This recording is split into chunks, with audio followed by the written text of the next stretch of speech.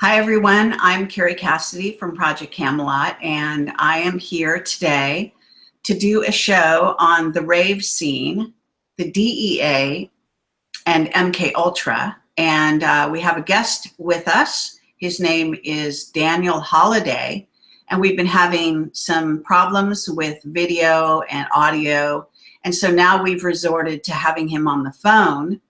So I'm very sorry about that. You won't be able to actually see his face when he's talking, but he will be here, obviously, with us on the phone. And I'm going to put his banner back on the screen so you can see his face. Daniel, you want to say hi to everyone? Hi, how y'all doing? Great. So at the moment, what I want to do is we've got a lot of people here in the chat, so they can ask questions in a little while. But to start off with, what I'd like to do is actually have you talk about your background, how you got involved in the rave scene, and then what happened as a result of that. So go right ahead. All right. So growing up, I was pretty rebellious. I kind of decided that at the age of like 15 or 16 years old, was, independent and could do what I wanted. So I kind of ran off and joined a music gathering known as the rave scene. Nowadays people call it that. It took place in the Arizona desert. It was more or less off grid. We had a way of doing it where we would post a call line that was only released at a certain time on the day of the event, to where you called that number, would go to voicemail and tell you, go to mile marker 105, and then, take a right and go down, so many miles, and then take, this road and that. So they were very hard to find, these events. They were very out there. And it was very peaceful and beautiful at first, just kind of a gathering of like-minded individuals having fun, enjoying their hobby and their passion. And it soon became very much so about money, as people became more corrupted who were throwing the events. There was a mass distribution of research chemicals, which are basically analogs of the original chemicals that are used in those type of events. Like 2,5-I is a very prominent and popular one. Another one is it's called methylone. Most people nowadays, they think they're doing MDMA, but in fact it is methyl, and it's similar to bath salt. And these are actually the most prominent drugs in America right now. So that's kind of what has led me, to kind of testify about this stuff, because I know for a fact 2 people in Arizona died from 2,5-I, and the man who sold them the drugs, because it was a loopholed legal chemical, he only faced 2 years in prison for marijuana distribution. Now, I've talked to the mother of that child who was essentially killed. It was a homicide, in my opinion, manslaughter. So I've talked to her, and I mean, she's heartbroken. She's upset, distraught that, the government can't do anything about this. And I mean, the reality is, in my opinion, I believe that this man was working with the DEA and, to distribute these chemicals. The way it kind of works is they basically give out these research chemicals and sell them, and they're getting them from China at like next to nothing. I mean, it's basically fertilizer is what they're selling. And they give these to dealers who they have busted and tell them, you have to, sell out a coke dealer or a meth dealer or a heroin dealer, and you can sell these legal drugs. So they're selling chemicals worse than the ones they're busting. And what they do is they, make sure that the guy stacks up a lot of money. And then when they bust the individual, the confidential informant gets some of the cash, as well as, gets them off his back a little bit so he's not going to jail or whatnot. So it's a vicious cycle. It's a drug cartel, and it's about time that, it stops, because, I've lost friends to this mechanism. Like I said, I talked to that lady who lost her son. I mean, it's an epidemic, and it needs to be addressed.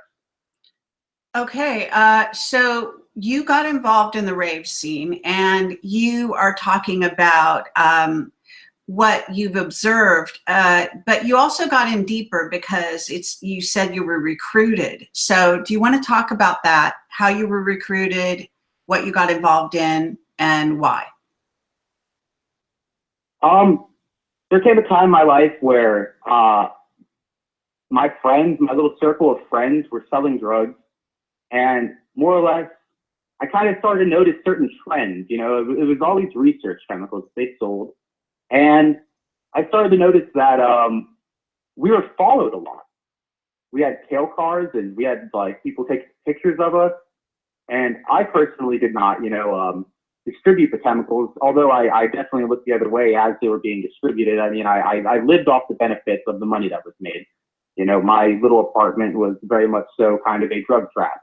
And what happened was one day, was asking the like ringleader of this stuff, how the heck do you have a Maserati and make so much money and do all this and, just live a normal life? But we're like, living in, month to month apartments and having photos taken of us, and we're barely getting by. And then he had confessed to me that he worked with the DEA and local law enforcement and more or less offered me a position with them. And I turned around and I exposed them on Facebook to the whole community. Now, of course, this had negative effects for me. Essentially, the whole community turned against me because it was kind of a pink elephant in the room everyone indulged in. And I guess, call me, a loyal person, a naive person, however it be. I believe that, that kind of monopoly is wrong. And me ultimately exposing that destroyed my credibility there. No one, wanted to be my friend anymore, which was fine. Better, have liberty than, to be a slave. So what I did was I eventually moved to Texas and had to leave the area in Arizona. And more or less, I feel like I'm a better person for it now. But, it's quite alarming, that someone, can, make such amounts of money, to own a Maserati and a house outright and, really be up there financially and off the exploitation of the youth of America and his fellow peers. And I mean, he knew very well that people were dying. And I mean, yeah, for all I know, that might have kind of been part of it, Okay, thank you. And it's great that you're coming forward with this. But what you told me as we talked was that you were involved working for the DEA, that they did do some coercive maneuvers with regard to you. Can you talk about that?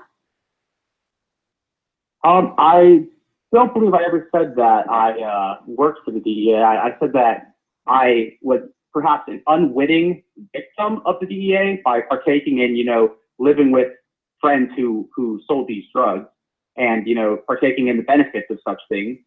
So that was my inclusion with it. And like I said, I was offered a position and I turned around and told them, I would not like to have any part of that. More or less, I was told that night how it works from the ringleader. Also, I'm not going to say any names, but mind you, this gentleman also told me he distributes these synthetic chemicals to multiple states around the country. So this guy was not just, some small time dealer. This guy was a high level clandestine drug peddler for the government. And more or less, in my publication, I denote about how he told me that the goal is, you have to sell out 2 people per year to get them off your back. I was never busted. I never had any kind of criminal background or investigation like that. I was definitely watched. And I mean, especially more so once I kind of started blowing whistle on them. I had people come and sit next to me on the train and tell me, all these things I'm going to get. And all I got to do is beat this white boy up, So, I mean, it was a very, very violent and, kind of alarming time in my life. So, okay, more or less, you also, at least in your description, you say that you were aware that, I guess, let me say this, that the people that you had invited, I think 2 or 3 people, right, to come on the show, and they didn't show. So they maybe got cold feet for coming on the show tonight. But basically, yeah. They were involved, you said, in what you call confidential armies, prostitution, drug trafficking, elite military veterans who sold out their country to foreign agencies, etc. So can you elaborate? You don't have to name your friends' names, but maybe you can explain what your relationship was to them and how you found out and what they were doing, what you elaborate on what you were writing there. All right. As far as the people who were going to be joining us this evening, they were partakers in the Arizona DEA scandal. The part that you talked about with the Stasi-esque confidential informant armies, that was my dealings in Texas. I've always been a very strong, proud patriot, and I believe that I was doing the country good, by I basically applied to, work for the NSA. And what happened was it quickly became, non-patriotic. It became something that was very anti-American, in fact. And I was kind of just led to, for about a year, where they kind of trained me in some little things, like covert messaging and things like that. So I went through that, experienced that, and then it became very much so, a monopolized version of enslavement. And that's kind of where more of the mind control stuff comes in. What happened there was I realized how big this confidential informant army is becoming. What's happening is they're using applications and the program Boundless Informant. I don't know if you're familiar with that. That was something that Eric Snowden released. Yes. Basically, it's a superficial, or it's a artificial super intelligence that basically, it can be controlled as well as, work independently. And what it does is it recruits people, and it, if you either subscribe to the type of method and ideology that they believe, which is communism, and if you don't subscribe to that, they harass you and blackmail you and have a system that has algorithms and little things to harass you.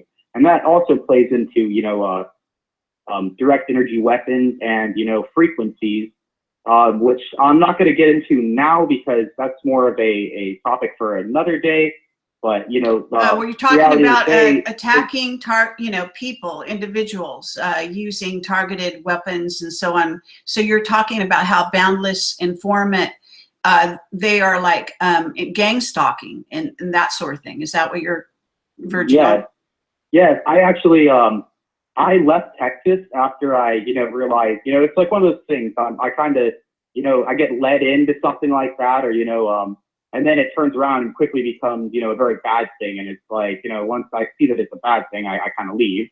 And so that's what happened in Texas. I, for a while I thought, I was, stalking possible terrorists and stuff. And I quickly believed that these were paranoid, scared individuals who were, hiding and scared because of their beliefs. And it turns out their beliefs weren't so much different than mine. They were patriotic Americans who believed in the Constitution, the freedom of speech, and, their conservative values. So what happened was I more or less, combated through the channels of communication that they had established with me, which was basically text apps and crossword apps and Scrabble apps is what they use. I have some pictures of that I can share a link later to all of my stuff. But more or less what happened is I left Texas and I fled to Northern California to join this hippie bus kind of thing. Just I felt like that would be a good place to just kind of get peace of mind, to get away from all the the stuff. And it was great for a while, but the funding ran out there, so I ended up becoming homeless.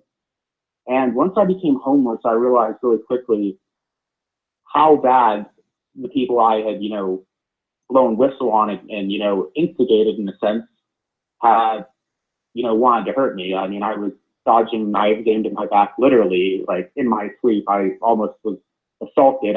Luckily I'm a light sleeper. I woke up, and heard them running up on me. I was camping, and I jumped up and I kind of I held my ground. I had a sharpened stick that I was gonna, I had hid behind this bush and kept quiet.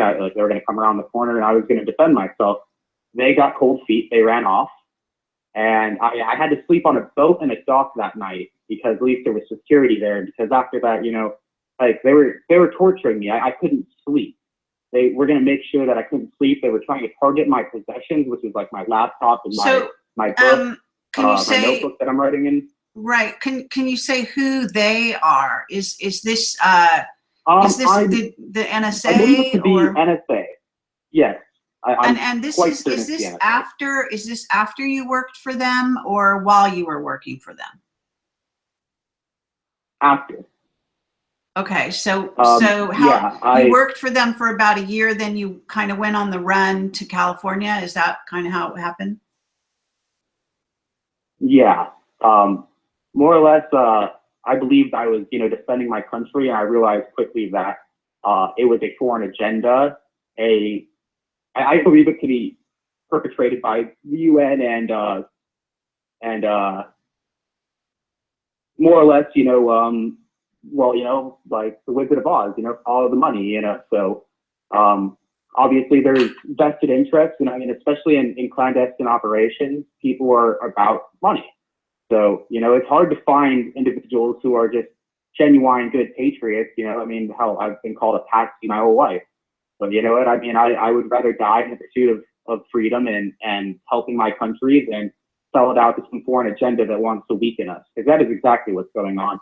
They've been cutting the military. They've been, in every turn, they're weakening our borders, everything. It's been an attack on America. And the founding fathers said that, should America ever fail, it would arise from within. So that's what's going on. And we can see the split in the demographic of America right now, like ever more prevalent. Like, I mean, we have Antifa, which is, stems from Anti-Fascist Action, which was a communist military wing in 1932 Germany. So that's kind of, what's going on right now. We see this rise of, I call it the war on tolerance. And the war of tolerance, I should say. Sir, I'm sorry, the war on what? Tolerance. Like the war of tolerance, I should say, I don't, what is that word? I'm not sure. I'm not sure what you're saying. Maybe I don't understand your accent. What are you saying? The war on what? Tolerance. Oh, tolerance. Like okay. Accepting of people. Yeah, it's just, I guess it's kind of garbled on the line here. All right. So a war on tolerance. So you were attacked, you went on the run, you got attacked. And then what happened after you got attacked? What did you do then? I started looking adamantly for some kind of living situation where I would not be, subjected to people in the street. And, there's a lot, I mean, all it takes is, someone to be, if you're a homeless person and you don't know any better and, somebody approaches you and says, I'll give you all this money if you just do this little thing, I mean, these people are professional liars. They probably would never pay a gentleman like that anyway. I call them a gentleman. They're really lowest piece of trash on the earth, you know what I mean? Trying to, he's trying to make it, but I mean, still. Okay, so you got approached and offers were made to you. Is that correct? No, I'm saying that this is how it works. They target people. People are susceptible to greed. It doesn't take much for someone to, do something, evil. And all it takes is, a little money and, a little coercion, and, you can have your average meth head become, your militarized little attack doll. And that's, crash test dummy even. And that's what they do. Like, I mean, you want to get into like the MK Ultra mind control stuff, you do a lot of drugs and stuff, you're more susceptible to that type of stuff, especially, with frequencies and that, so. Okay. So that's more or less. That's fine. So when you were involved working for the NSA, you were somehow linked up with the rave scene at that point as well, or because how did that work? No, once I left Arizona, I cut all ties with that.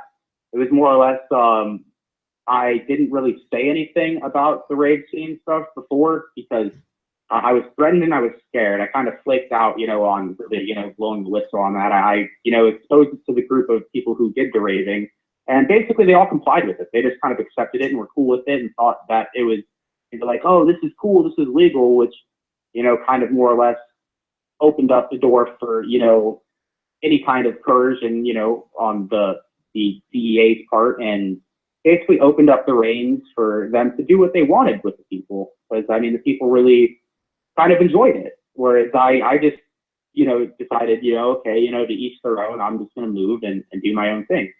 I have no connections with them now, nor with the NSA. But I am interested. But that's about it. Yeah, I hear you. But I am interested in the link up between sort of how you were involved to some degree. You said some of these other people were also that, you know, didn't come on the show, but you know, we could at least talk about them in general. And you said that they were also involved in the rave scene. So you're saying the rave scene was sort of an arena where they were able to begin to infiltrate using the drug culture and to recruit people to then end up to stalk other people? Or, I mean, you know, are you seeing links between what went on in the rave scene, these individuals who you said were professionals, I guess, that were hired after that or during that time to infiltrate the rave scene? So what are they doing? They're selling drugs to do what to do what exactly? Recruit? No, I believe they were just selling the drugs to support a budget, you know, and you know, it was a greedy thing, you know. Just to make money. So much, you know. So you're saying they sell drugs to the rave scene in order to make money. That's as far as you understand it? I mean, I have, you know, theories and stuff, but I mean, the hard evidence is, you know, the evidence and the facts that I've seen is, you know, everyone's doing it for money, whether or not there's, you know, a deeper agenda of, you know, perfecting certain, you know, chemical warfare and mind control, you know, kind of opening doors and things for people. That is, whether or not that's the goal, that's what happens. So there's a lot of people out there who are just, their lives are devastated. I know people who are having seizures like every other week now because of these research chemicals. This stuff really was a detriment. You know, they also were behind the whole, they call it Spice, Climax, Take Two, the whole synthetic marijuana business. They were behind that as well. Because, you know, it was a legal thing. And I mean, I mean, all kinds of places could buy this stuff from offline and sell it in their shops at first. But once it went illegal, if you notice, all those chemicals are still around, and now they're felonies, and they're highly addictive. So it was basically a cheaper form of crack. So they're distributing like basically cheap garbage crack that costs them like nothing, and they're making tons of money. These people are addicted to it.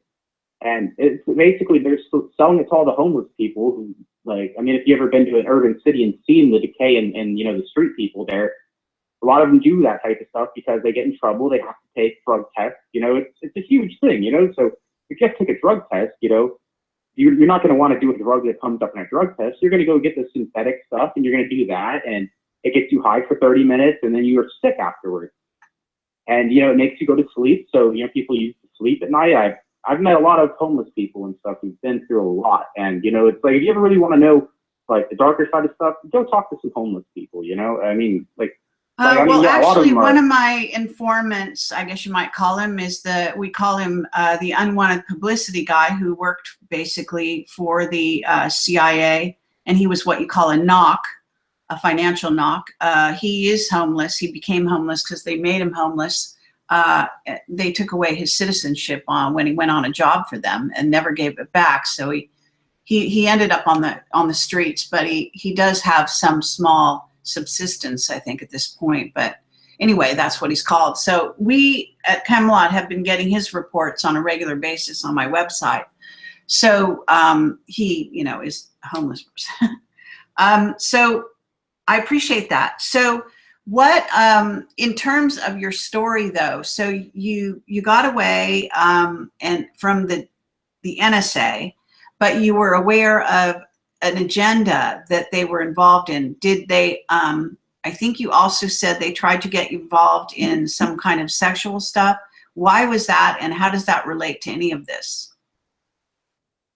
More or less, it's kind of a club, and the reality is the initiational type of stuff. It's like you gotta, they take advantage of you. It's like, okay, you gotta do this, then you get this benefit after the fact. And I was not about that, Actually, I'll share a link here in the comments afterwards, with my preludes in my book that I'm offering for free, and people can kind of look at this stuff. It shows the app that they actually use, and I even have pictures of a Craigslist guide where it's like they're so blatant with it. They're just like NSA hookup, can host, basically offering to provide protection and bring you in. And the way it works is, if you think you're going to be some kind of James Bond guy, especially girls, that's who they really target. You know what I mean? Like they want a bunch of girls and stuff. Like every rap song sings to them. And they think it's great.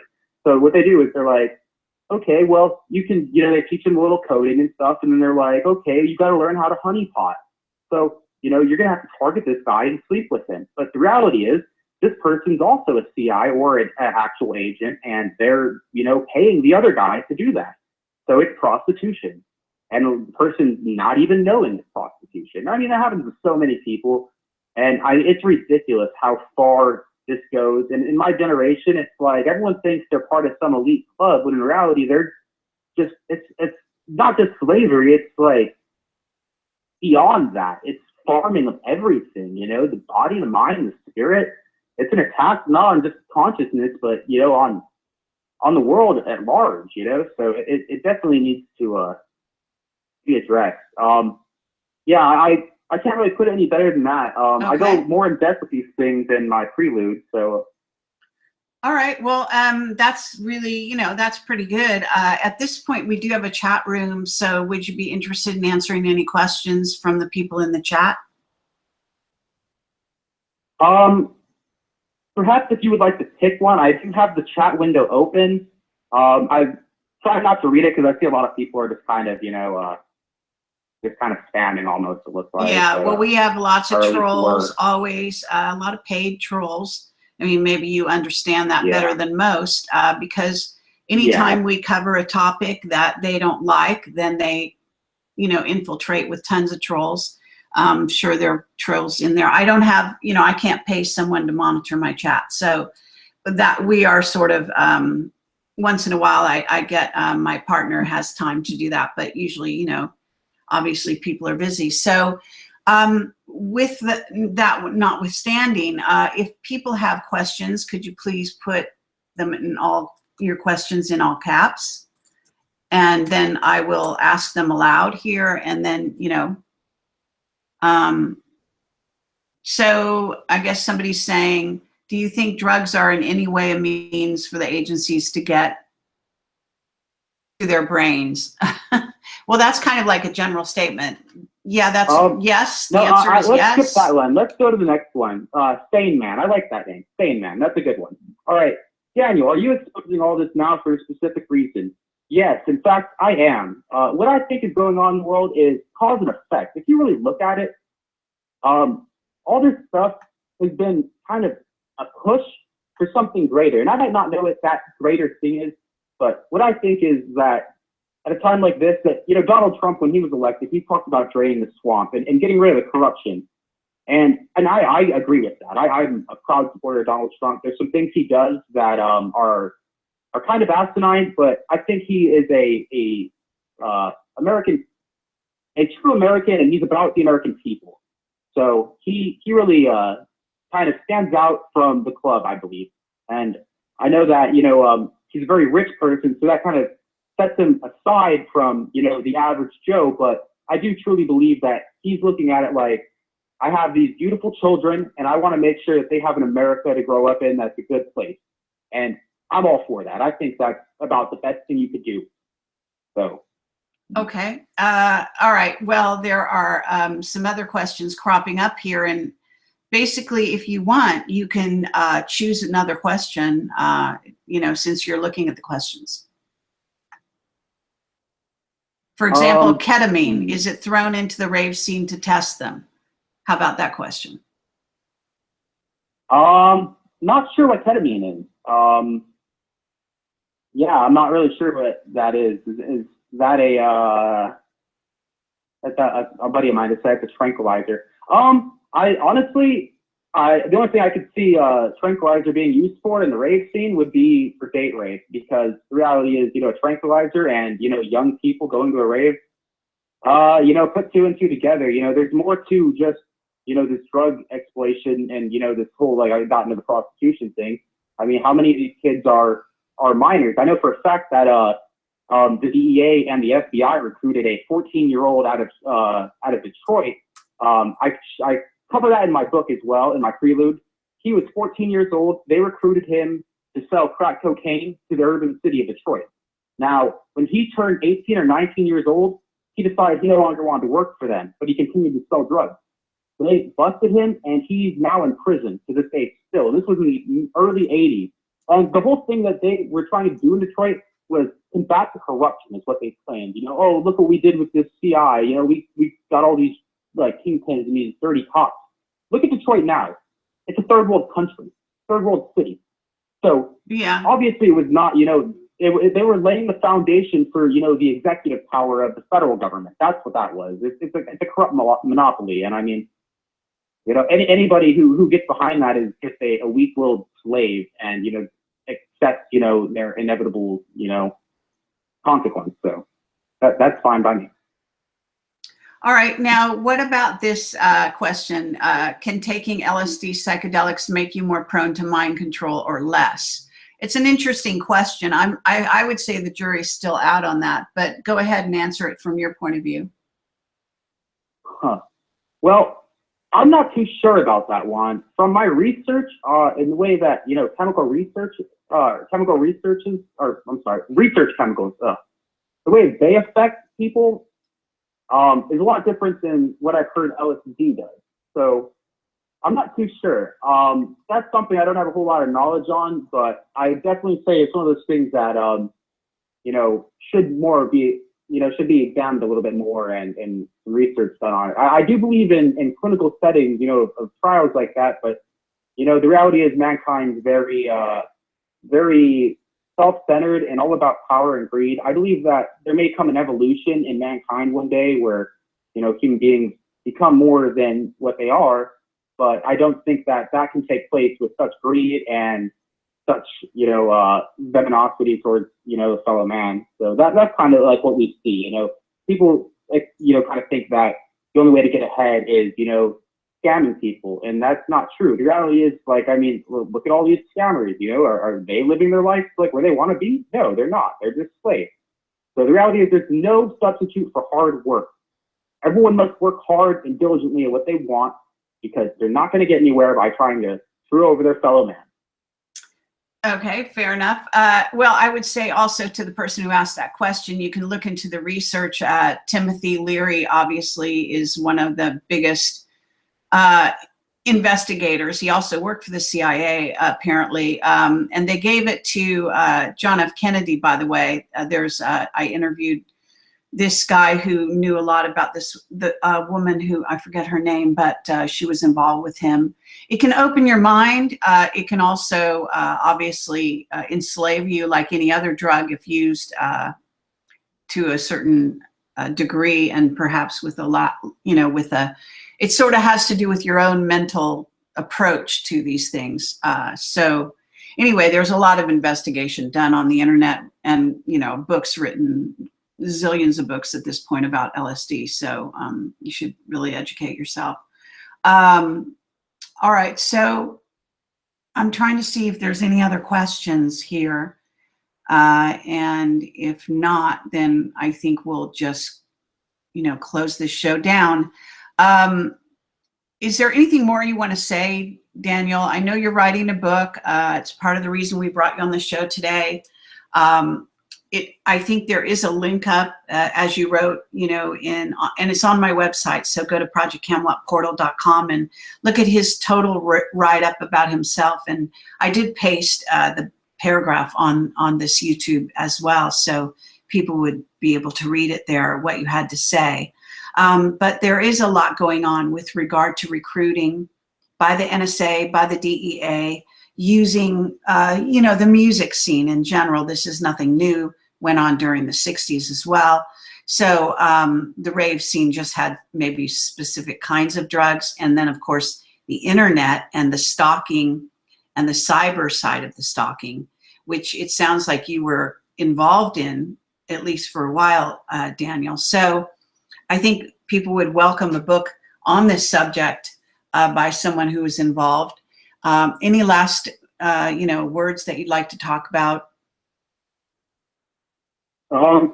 For loyal Americans out there, and people who kind of have a spine and don't roll over, people who swim against the stream, really have faith. Things are going to get better. It's going to get worse before it gets better. That's about all I can say. And other than that, God bless, and God bless America. Okay. Okay. So it's been great having you on the show, and we'll have you back in the future if your friends ever decide to come forward and want to elaborate on the topics discussed here. We can always use more witnesses, etc., to the mind control and to the desire to basically take control of the youth and use them for their own purposes, which of course is extremely prevalent in the world today. So thanks again for joining us, Daniel, and thanks everyone for watching. And Daniel, do you want to give any kind of contact information for people to reach you, a Facebook page, any of that sort of thing? Daniel Holiday is my Facebook or my Twitter name. I have links there to my podcast that I'm going to be starting. It's called A Will of Iron. Also, I have an Indiegogo for my book. I'm about 90% of the way done with my book, and it's going to be released very soon. So stay tuned, and yeah, everyone have a great afternoon. All right, so they can find you on Facebook under Daniel Holiday. Is that correct, or is that Twitter? That's Twitter. Okay, so you're not on Facebook? I have Facebook, but it's under my my legal name. So so you don't want to do that? More or less, I'll make a Facebook handle here soon enough. All right. Okay, sounds good. Thanks again for coming on the show, and thanks again for watching. We'll be back next week with some more great shows. You should definitely tune in if you haven't already to my show last night that was all about Vietnam and what they were fighting over there, that appears to have been more than just humans, also ETs, and that there was a lot going on around the portals and stargates in Southeast Asia, and perhaps still is, according to my whistleblowers anyway. So thanks for watching, and stay tuned to Project Camelot. Thank you. Bye-bye.